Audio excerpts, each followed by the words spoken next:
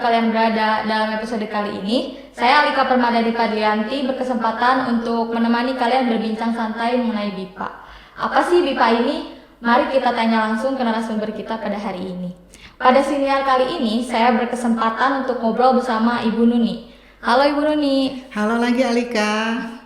Ibu Nuni mungkin bisa menyapa dan memperkenalkan diri ke Sobat BIPA sekalian. Silakan Ibu. Baik. Halo Sobat BIPA, salam BIPA di hati. Saya Nuni Sulistiani Idris, Ketua Program Studi Pendidikan BIPA, Jenjang Magister Universitas Pendidikan Indonesia. Nah Ibu, mungkin Sobat BIPA sekalian belum tahu nih apa tentang BIPA. Sebenarnya BIPA itu apa sih? Mungkin Ibu bisa menjelaskan kepada Sobat BIPA sekalian apa tentang BIPA. Baik, begini ya Alika ya. Kalau dari akronim BIPA itu Bahasa Indonesia bagi Penutur Asing. Tetapi kalau dari segi keilmuan, BIPA itu Bahasa Indonesia sebagai bahasa asing. Karena sebagai bahasa asing, maka perlakuan kita terhadap BIPA ini sama seperti kalau kita belajar bahasa asing. Kalau untuk tujuan BIPA sendiri, Ibu apa?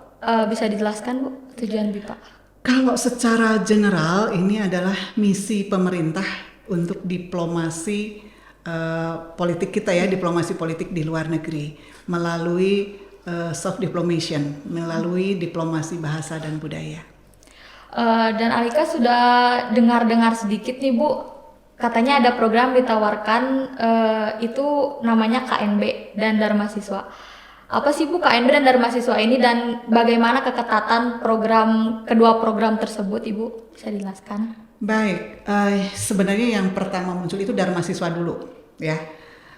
Dharma Siswa ini salah satu program pemerintah Indonesia melalui Badan Perencanaan dan kerjasama luar negeri ya, BPKLN.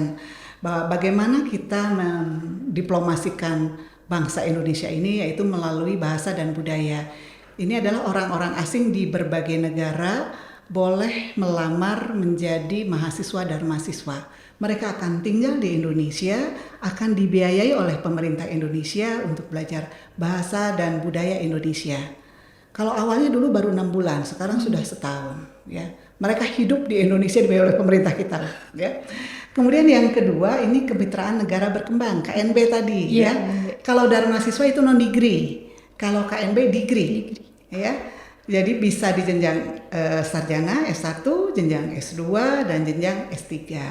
Untuk melamar KNB ini, kalau teman-teman yang kebetulan tinggal di negara lain ya, bukan maksudnya di luar Indonesia, jadi bukan orang Indonesia, silahkan melihat laman di pemerintah Indonesia di BPKLN ini, kapan ada penerimaan KNB. Dan tidak semua perguruan tinggi ini menerima mahasiswa KNB. Jadi kebetulan kita UPI berbahagia karena banyak peminat yang ingin belajar di UPI ini melalui beasiswa ini. Yang tahun lalu saja ada pendaftar sekitar 110 orang, tetapi kuota untuk belajar di UPI hanya 10 orang. Jadi bayangkan tuh yang 100 orang itu di mana? Bagaimana cara Iya, mereka itu untuk belajar di S2 dan S3. Kalau untuk keketatannya sendiri itu? Ya itu tadi. Ya tadi ya. Jadi dari 110 orang, kuota UPI hanya 10 orang. Jadi KNB ini dibiayai oleh pemerintah Indonesia juga. Sangat ketat sekali berarti ya itu. Oke, Sobat BIPA, tadi kita sudah tahu sedikit BIPA secara umum. Nah, sekarang saya mau tanya nih Bu, tentang pembelajaran BIPA di Universitas Pendidikan Indonesia itu sendiri bagaimana? Dan kalau saya mau menjadi pengajar BIPA nih, saya harus belajar dan menyiapkan apa Bu? Dan kalau saya sudah daftar juga di S2 BIPA, apa saja yang akan saya pelajari dan keuntungannya apa saja? Cius nih mau belajar BIPA. Serius ya? Yeah. Baik, teman-teman Sobat BIPA. BIPA di UPI ini ada yang program non degree dan degree ya. Kalau non degree artinya kursus ya. Jadi program kursus ini ada di Fakultas Pendidikan Bahasa dan Sastra dan ada di Balai Bahasa. Jadi boleh mengambil kursus BIPA terutama untuk orang asing ya. Kemudian ada juga yang degree. Kalau degree ini bisa untuk orang Indonesia dan non Indonesia. Misalnya melalui perkuliahan kebipaan. Di S1 di Pendidikan Bahasa dan Sastra Indonesia ada sekitar 14 SKS. Jadi belajar tentang bagaimana strategi mengajarkan, menyiapkan bahan ajarnya, kemudian media dan sebagainya itu ya di S1. Kemudian kalau ingin lebih puas lagi masuk di jenjang magister di Prodi Pendidikan BIPA, Pendidikan Bahasa Indonesia bagi Penutur Asing ya di S2 SPS UPI. Nah, di situ akan belajar bagaimana menjadi guru BIPA yang baik. Misalnya karena jadi pengajar BIPA ini paling tidak harus ada 5 kompetensi nih Alika ya, kalau Alika ingin jadi ya. Yang pertama karena kita mengajarkan bahasa Indonesia, tentu saja kompetensi yang harus dimiliki kompetensi profesionalnya tentang bahasa dan sastra Indonesia plus budaya di dalamnya. Kemudian kompetensi pedagogik, bagaimana cara kita mengajarnya ya. Kalau sekarang karena zamannya digital ya, bagaimana mengajarkan BIPA secara digital, berarti dengan TIK ya. Kemudian kompetensi sosial kita ajarkan juga supaya kita pede, kita misalnya Alika ditempatkan mengajar di Afrika Selatan, jangan salah, Afrika Selatan cakep-cakep loh orangnya ya. Misalnya.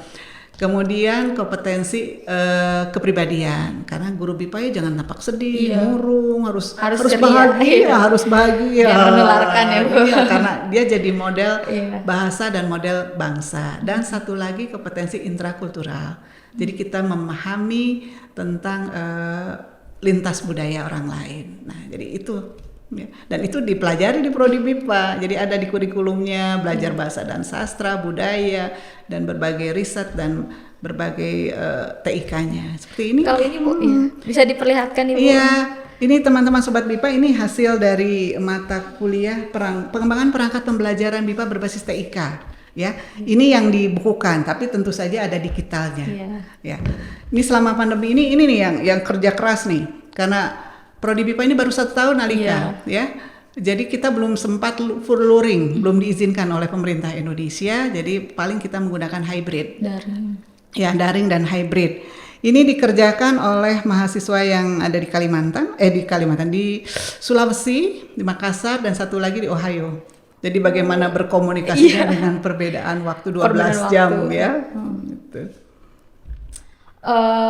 Jadi di UPI ini ada jurusan yang memfasilitasi kita bagi yang mau jadi pengajar BIPA ya Bu, bisa Iya, alhamdulillah. Alhamdulillah. Dan Bu Nuni, tadi kan kita sudah bahas tentang program BIPA S1 dan S2 di UPI. Apakah di UPI ini ada pembelajaran BIPA yang non degree Bu untuk para pembelajar asing yang ingin belajar bahasa Indonesia? Ya, ada. Tadi saya katakan bisa di FBS ya, di Pusat Pengkajian BIPA, dan di Balai Bahasa UPI. Jadi ya bisa privat, bisa reguler sesuai dengan jadwal yang ditentukan, bisa juga program kerjasama. Banyak sekali informasi tentang BIPA yang kita dapatkan pada episode siniar kali ini, mulai dari membahas tentang program BIPA, dilanjut dengan alasan dibentuknya program BIPA, serta deskripsi para pembelajar di program BIPA Balai Bahasa UPI ini. Sampai akhirnya tersampaikan juga bagaimana cara untuk mendaftar pada program KNB dan Dharma Siswa. Bu, kalau Alika berminat untuk menjadi salah satu mahasiswa Prodi BIPA di S2 Sekolah Pascasarjana UPI ini bagaimana ya Bu? Kalau mau misalnya ya Alika berminat nih nanti lulus S1, nah mau jadi mahasiswa di Prodi Pendidikan BIPA ya, tentu saja lihat jadwal penerimaan mahasiswa baru ya.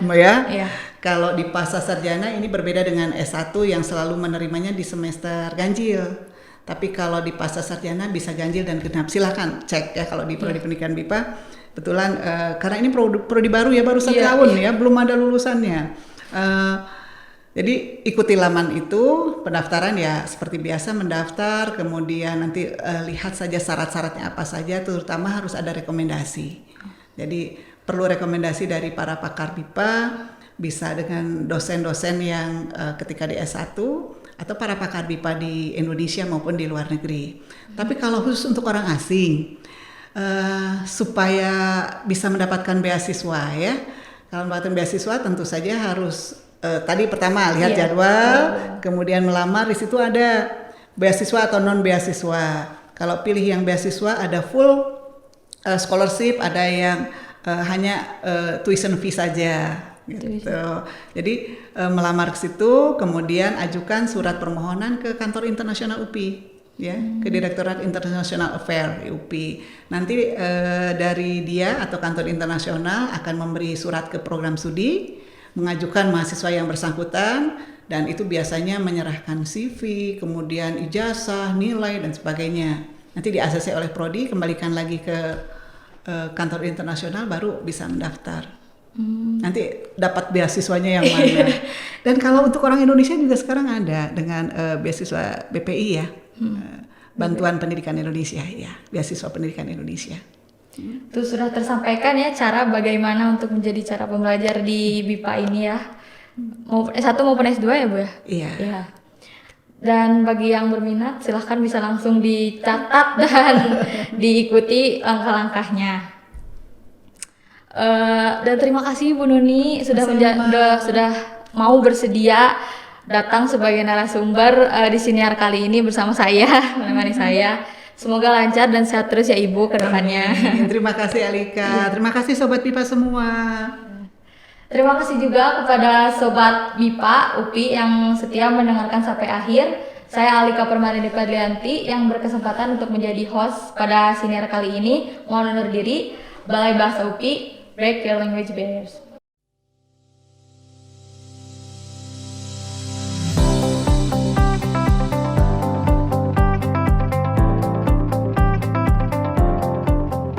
Program Studi Pendidikan BIPA Sekolah Pasca Sarjana UPI adalah magister pertama dan satu-satunya di Indonesia bahkan dunia di bidang pendidikan BIPA. Program Studi Pendidikan Bahasa Indonesia bagi penutur asing atau dipendekkan menjadi Prodi BIPA didirikan pada 24 Maret 2020 dengan nomor surat keputusan Badan Akreditasi Nasional. Bidang kajian dan kepakaran prodi adalah pengajaran bahasa Indonesia bagi penutur asing. Lulusannya akan menjadi pengajar BIPA profesional yang mempunyai kemampuan mengajarkan bahasa Indonesia bagi orang asing. Prodi BIPA bermitra dengan afiliasi pengajar dan pegiat BIPA APP BIPA yang merupakan asosiasi profesi internasional, Badan Pengembangan dan Pembinaan Bahasa, Sekolah Satuan Pendidikan Kerjasama, KBRI di berbagai negara, program studi Indonesia di berbagai perguruan tinggi di luar negeri, serta berbagai kedutaan asing yang berada di Indonesia. Secara garis besar, struktur kurikulum pendidikan BIPA terdiri atas mata kuliah yang berhubungan dengan kebahasaan dan kesastraan BIPA, seni dan budaya BIPA, metodologi pengajaran BIPA, riset BIPA, serta tesis. Para dosen adalah tenaga ahli di bidang BIPA. Mereka telah berpengalaman mengajarkan BIPA baik di dalam maupun di luar negeri. Universitas Pendidikan Indonesia dan Sekolah Pasca Sarjana UPI memiliki banyak fasilitas yang mendukung aktivitas belajar mahasiswa, yakni sarana kuliah, laboratorium, ruang sidang, auditorium, smart class, podcast studio, perpustakaan UPI, serta sarana olahraga.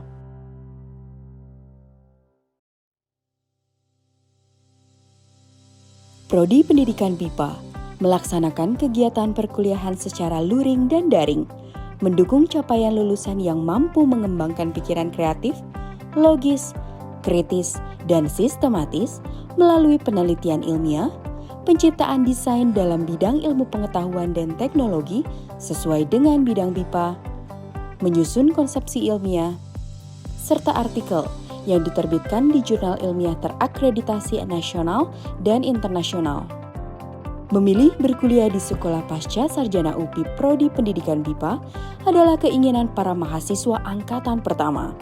Mereka memiliki latar belakang pendidikan yang berbeda-beda, di antaranya S1 jurusan Pendidikan Bahasa dan Sastra Indonesia, Bahasa Perancis, Bahasa Jepang, dan Bahasa Inggris.